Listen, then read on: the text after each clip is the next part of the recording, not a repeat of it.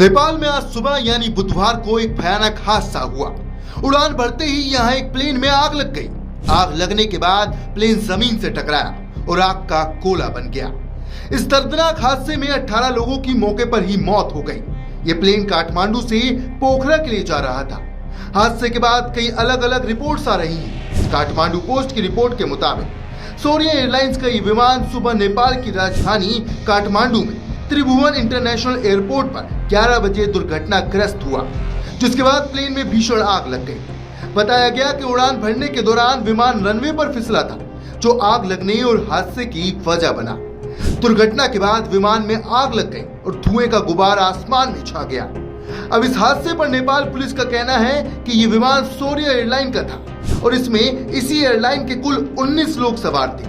हादसे के बाद 18 लोगों की मौके पर ही मौत हो गई, जिनके शवों को पोस्टमार्टम के लिए भेज दिया गया। सिर्फ प्लेन के कैप्टन को घटनास्थल से जिंदा निकाला गया है। कैप्टन का अस्पताल में इलाज चल रहा है। हादसे का शिकार हुए विमान के बारे में सामने आया है कि ये 21 साल पुराना था। नेपाल ने इसे कनाडा से खरीदा था। लेकिन क्या आपने कभी सोचा है आखिर नेपाल में ही क्यों होते हैं इतने प्लेन क्रैश? कभी 18, कभी 68 तो कभी 22 लोगों की गई जान। दरअसल इसकी कई वजह सामने आई है। चलिए एक एक करके जानते हैं कि नेपाल के एयरपोर्ट बनते जा रहे हैं मौत का रनवे।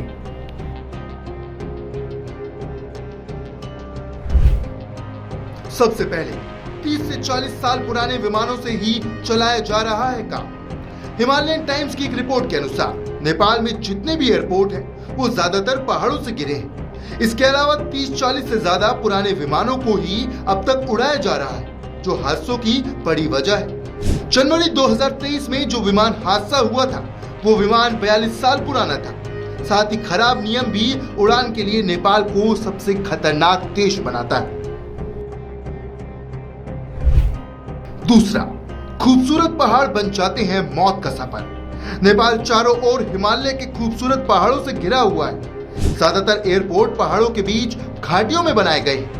इन्हीं संकरी घाटियों की वजह से यहाँ आने जाने वाले विमानों को टर्न लेने में कठिनाई होती है। खुद त्रिभुवन इंटरनेशनल एयरपोर्ट जो देश की राजधानी काठमांडू में स्थित है, वो भी हिमालय के पहाड़ों से घिरा हुआ है। नेपाल के सिविल एविएशन अथॉरिटी की 2019 की सेफ्टी रिपोर्ट के मुताबिक देश की खतरनाक भूगोलिक स्थिति भी पायलटों के सामने बड़ी चुनौती होती है।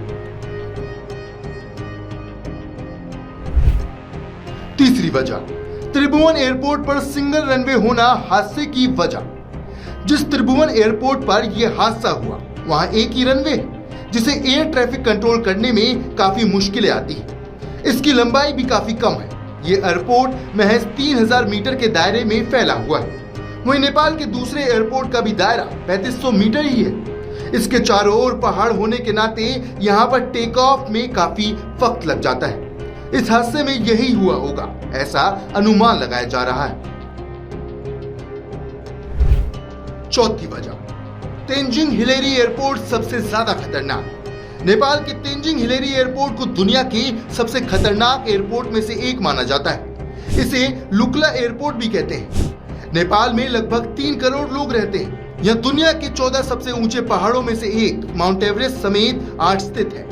रिपोर्ट के मुताबिक नेपाल का एकमात्र इंटरनेशनल एयरपोर्ट समुद्र तल से 1338 मीटर ऊपर एक संकरी घाटी में है। इस वजह से विमानों को मुड़ने के लिए काफी तंग जगह मिलती है। ये एयरपोर्ट एवरेस्ट का प्रवेश द्वार भी कहा जाता है। एयरपोर्ट के रनवे को पहाड़ों के बीच एक चट्टान को काटकर बनाया गया है।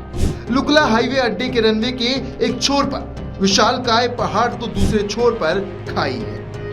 ऐसे में सिर्फ अल्ट्रा ट्रेंड पायलटों को ही इस हवाई अड्डे पर विमान उतारने और उड़ान भरने की इजाजत है। पांचवी वजह, नेपाल में पल पल मौसम बदलने से भी होते हैं प्लेन क्रैश।